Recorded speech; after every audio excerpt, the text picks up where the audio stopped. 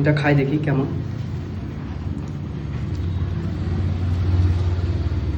হ্যাঁ হ্যাঁ,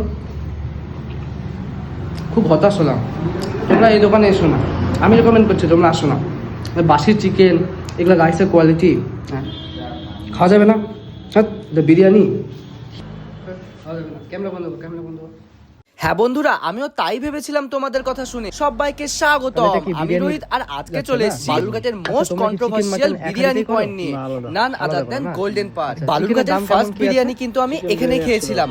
তারপরে তো অনেক কিছুই শুনলাম, যেমন কোয়ালিটি ডাউন, বিরিয়ানি খারাপ, আরো হেন তেন। তো আজকে সত্যিটা তুলে ধরবো আপনাদের সামনে। আর আমার ভিডিও কে কোথায় থেকে দেখছেন জানাবেন অবশ্যই। আর যারা যারা বালুরঘাট থেকে দেখছেন তারা কিন্তু আই লাভ বালুরঘাট লিখতে ভুলবেন না আমার কমেন্ট বক্সে।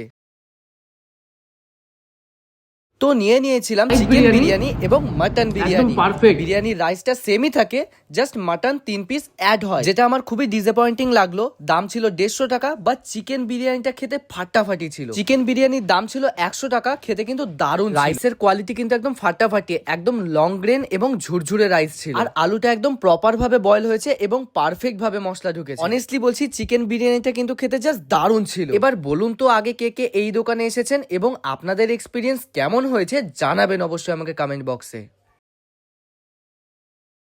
আর চিকেনের কথা যদি বলি, চিকেনটাও খেতে কিন্তু দারুণ ছিল, একদম সুপার সফট এবং আমি তো অবশ্যই বলবো যে আপনারা একবার আসুন এবং এখানকার বিরিয়ানিটা ট্রাই করুন। এবার আসি মাটন বিরিয়ানির কথা। মাটনের সাইজ নিয়ে ডিসঅ্যাপয়েন্ট হলেও টেস্টে কিন্তু বাজি মাত। হ্যাঁ, ওনারা কিন্তু বিরিয়ানি মূলত আলাদাভাবেই রান্না করেন, পরে কিন্তু চিকেন বা মাটন অ্যাড হয়। লোকেশনটা হচ্ছে বালুরঘাট সার্কিট হাউসের অপোজিটে বা স্টেডিয়ামের পাশেই। Stay hungry stay foodie.